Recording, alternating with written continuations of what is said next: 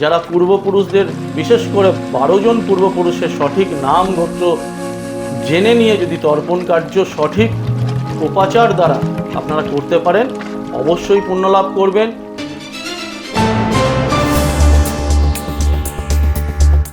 নমস্কার, লটারি সংবাদ অফিসিয়াল চ্যানেলে আজ একটু অন্য স্বাদের একটি অনুষ্ঠান নিয়ে আপনাদের সামনে আমি উপস্থিত হয়েছি, শ্রী গোপাল। আজকের যে অনুষ্ঠানটি সম্বন্ধে আপনাদের বলবো, তর্পণ বিধি, অর্থাৎ মহালয়ার দিন কাক ভোরে আমরা যে আমাদের পিতৃপুরুষের উদ্দেশ্যে শ্রদ্ধা এবং জলদান করি, সেটি হিন্দু রীতিতে তর্পণ নামে পরিচিত। মহালয়ার ভোর চণ্ডীপাঠ, আগমনের সুরে দেবীপক্ষের সূচনা হয়। মহালয়ার দিন রাত থেকেই গঙ্গার ঘাট, বিভিন্ন স্নানের ঘাট, নদীর ঘাটে মানুষ তর্পণ পর্ব শুরু করে। তর্পণ কিন্তু রীতি অনুযায়ী পিতৃপক্ষের অবসানে, অর্থাৎ পিতৃপক্ষ যখন শেষ হচ্ছে সেই সময় করার নিয়ম, এবং পিতৃপক্ষ শেষের পর দেবীপক্ষ শুরু হয়। এই পিতৃপক্ষে আমরা তর্পণ কার্যটা করি। আমাদের হিন্দু রীতিতে তর্পণ অত্যন্ত একটি পুণ্যকর্ম, এবং এই তর্পণের মাধ্যমে আমরা আমাদের পূর্বপুরুষদের শ্রদ্ধার্ঘ্য নিবেদন করি এবং তাদের আশীর্বাদ লাভ করি। আবহমান কাল ধরেই চলে আসা এই তর্পণ ক্রিয়া অত্যন্ত তাৎপর্যপূর্ণ একটি শাস্ত্রীয় ক্রিয়া। তর্পণ কেন করি? আমাদের দেহের বিনাশ হয়, কিন্তু আত্মা অবিনশ্বর, আত্মার বিনাশ হয় না। আত্মা এক দেহ থেকে অন্য দেহে অবস্থান করে মাত্র। আত্মা যে শরীরেই থাক, সেই শরীরেই শাস্ত্রোক্ত যে ক্রিয়া এবং জলদানের মাধ্যমে এবং শ্রাদ্ধ দ্বারা তিনি তৃপ্তি লাভ করেন। অর্থাৎ আমাদের পিতৃপুরুষের বিদেহী আত্মাদের জলদান এবং শাস্ত্রজ্ঞ মন্ত্রপুত দ্বারা আমরা যে তাকে শ্রদ্ধা নিবেদন করি, তিনি তা গ্রহণ করেন। আমাদের তর্পণের মূল উদ্দেশ্যই হলো কিন্তু এই শাস্ত্রীয় দ্রব্যের পরমাণু মন্ত্র বলে তাহার যে বর্তমান শরীর, সেই বর্তমান শরীরের যে ভোগ্য বস্তু রয়েছে, সেই পরমাণুর সঙ্গে মিশ্রিত করে তাকে শ্রদ্ধার্ঘ্য জ্ঞাপন করা। এই পরম সত্যকেই মেনে নিয়েই কিন্তু আমরা প্রতি বছর মহালয়ার ভোরে তর্পণ ক্রিয়া করে থাকি। তর্পণ কিন্তু বহু ধরনের হয়। সাধারণত তর্পণকে আমরা দু ধরনে ভাগ করি। একটি হচ্ছে প্রধান তর্পণ এবং অন্যটি হচ্ছে অঙ্গ তর্পণ। প্রত্যেক দিন সন্ধ্যার ন্যায় আমরা যে পিতৃযজ্ঞ করি বা আমরা যে শ্রদ্ধার্ঘ্য জানাই, সেই তর্পণকে আমরা সাধারণত প্রধান তর্পণ বলি। আর বিভিন্ন স্নানাদি কর্মে আমরা যখন স্নান সেরে আমরা আমাদের পূর্বপুরুষের উদ্দেশ্যে শ্রদ্ধা নিবেদন করি, সেইটাকে বলা হয় অঙ্গ তর্পণ। আমরা যদি অঙ্গ তর্পণ করি তাহলে প্রধান তর্পণের কিন্তু প্রয়োজন হয় না। এই অঙ্গ তর্পণ বা স্নানাঙ্গ তর্পণ করলে পুণ্যলাভ অনেক বেশি হয়। শাস্ত্রে কথাই বলেছে।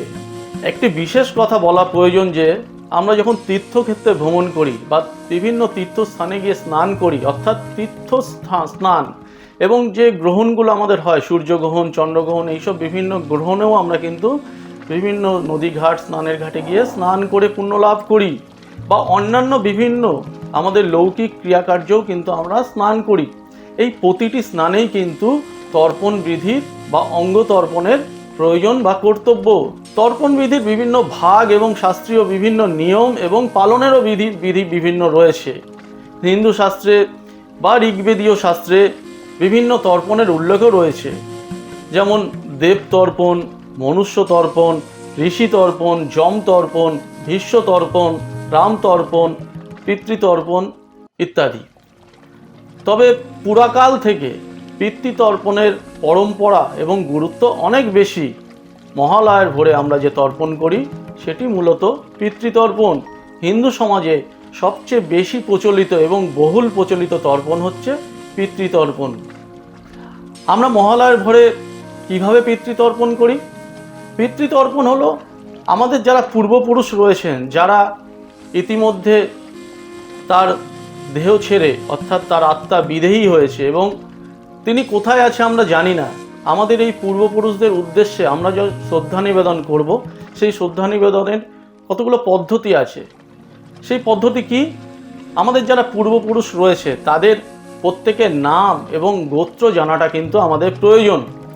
আমি প্রত্যেক দর্শকদের বলবো, এটা হিন্দু সমাজের একটা রীতি যে নিজের পূর্বপুরুষদের বংশ তালিকাটা ঠিকঠাকভাবে যদি আপনারা লিখে রাখতে পারেন বা জেনে রাখতে পারেন, তাহলে কিন্তু এই তর্পণ বিধিটা আপনারা পরিপূর্ণভাবে এবং সঠিকভাবে করতে পারবেন।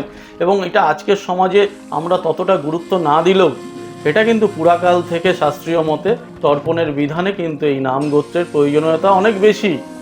আমরা তর্পণ করি সাধারণত 12 পুরুষকে: পিতা, পিতামহ, প্রপিতামহ, মাতা, পিতামহী, প্রপিতামহী এবং মাতামহ, প্রমাতামহ এবং বৃদ্ধ প্রমাতামহ, এই 9 জন। এছাড়া মাতামহী, প্রমাতামহী ও বৃদ্ধা প্রমাতামহী, এই যে 3 জন, টোটাল 12 জন। এই 12 জনকে তর্পণের দিন ভোরে আমরা জলদান এবং শ্রদ্ধা নিবেদন, মন্ত্রকৃত জলদানের মাধ্যমে আমরা যে শ্রদ্ধা নিবেদন করি সেটি প্রকৃত তর্পণ। তবে পিতা বাদে বাকি যে 11 পুরুষ রইল, 12 জনের মধ্যে আমরা যদি পিতাকে বাদ করতে পারি, তাহলে পিতামহ থেকে বৃদ্ধা পিতামহী পর্যন্ত এই যে 11 পুরুষ, এই 11 পুরুষের মধ্যে যদি কেউ জীবিত থেকে, তাহলে কিন্তু তাকে আমরা তর্পণ করতে পারি না। তাহলে তাকে বাদ দিয়ে তার উপরের যিনি পুরুষ থাকে তার নামে মন্ত্রপ্রুত জলদান করে তার তৃপ্তি সাধন করাই তর্পণের উদ্দেশ্য। তর্পণ কি করে করবেন? নদীতে স্নান করে, অর্থাৎ অঙ্গ তর্পণ বা আমরা যে পিতৃতর্পণে অঙ্গ তর্পণ করি তার মূল কথাটাই হলো নদীতে স্নান করা বা নদীর ঘাটে বা স্নানের ঘাটে গিয়ে স্নান সারা এবং তারপর আচমন, তিলক ধারণ ও শিখাবন্ধন করা। তারপর পূর্ব দিকে মুখ করে প্রথমে করজোড় করে তীর্থকে আহ্বান করতে হয়। আপনি যেখানেই তর্পণ করুন না কেন, যদি তীর্থকে আহ্বান না করেন তাহলে কিন্তু তর্পণের পূর্ণতা আসে না। সেই তীর্থকে আহ্বান করতে হলে পূর্ব দিকে মুখ করে দুহাত জোর করে কী উদ্দেশ্যে আপনাদের বলতে হবে? তীর্থকে আপনাকে আহ্বান করতে হবে মন্ত্র পড়ে, ওং কুরুক্ষেত্রং গয়া গঙ্গা প্রভাস পুষ্কর আনিচ তীর্থান্নেতানি পুণ্যানি তর্পণকালে ভবিন্তঃ। এই মন্ত্র দ্বারা তীর্থকে আহ্বান করতে হবে। এছাড়া অনামিকা আঙ্গুলে সোনা রূপ বা কুশ নির্মিত আংটি পরে দুহাত দিয়ে তর্পণ বিধি পালন করতে হবে।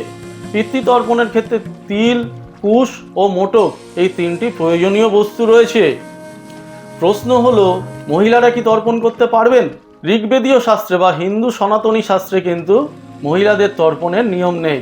পিতা জীবিত থাকলেও কেউ তর্পণ করতে পারে না, বা অসংস্কৃত যারা শূদ্র রয়েছে, যারা বৈদিক যুগে যাদের শূদ্র রূপে ধরা হয়েছিল, তারাও কিন্তু তর্পণ করতে পারে না, অর্থাৎ তাদের তর্পণের বিধান দেওয়া হয়নি। তবে হ্যাঁ, যে মহিলা বিধবা, যার স্বামী, সন্তান, নাতি বা পুত্র নেই, সেই মহিলা কিন্তু তর্পণ করতে পারেন। এই বিধানও শাস্ত্রে দেওয়া রয়েছে। তিনি একমাত্র তার স্বামী, শ্বশুর এবং শ্বশুরের পিতা, এই 3 জনেরই তর্পণ তিনি করতে পারেন, বাকি কারো তর্পণ তিনি করতে পারেন না। আর তর্পণ শেষে যিনি আমাদের পিতা, যিনি আমাদের এই জগতের আলো দেখিয়েছেন, সেই তর্পণের পিতাকে উদ্দেশ্য করে কিন্তু স্তুতি বন্দনা করেই তর্পণ কার্য সমাপ্ত করতে হয়। পিতা স্বর্গ, পিতা ধর্ম, পিতাহি পরমোত্তব, পিতরি প্রীতিমাপন্নে পিয়ন্তে সর্বদেবতা। এই মন্ত্র বা এই স্তুতি উচ্চারণের মাধ্যমেই তর্পণ ক্রিয়া সমাপ্ত করতে হয়। তাহলে দর্শক বন্ধুরা, আগামী মহালয়ার ভোরে তর্পণের সঠিক বিধি এবং আপনাদের পিতৃপুরুষদের, যারা পূর্বপুরুষদের, বিশেষ করে 12 জন পূর্বপুরুষের সঠিক নাম গোত্র জেনে নিয়ে যদি তর্পণ কার্য সঠিক উপাচার দ্বারা আপনারা করতে পারেন, অবশ্যই পুণ্য লাভ করবেন। আপনার পরিবারে সমৃদ্ধি আসবে। আপনার উত্তরপুরুষ, অর্থাৎ আপনি যে জেনারেশন তৈরি করে যাচ্ছেন, আপনি যে পুরুষ তৈরি করে যাচ্ছেন, সেই পুরুষরাও আগামী দিন তার উত্তরপুরুষ তৈরি করবে। আমাদের পিতৃপুরুষদের আশীর্বাদ আমাদের ওপর বর্ষিত হবে। এইটুকুনি আশা রেখে এই তর্পণের অনুষ্ঠানটি আমি শেষ করলাম। নমস্কার।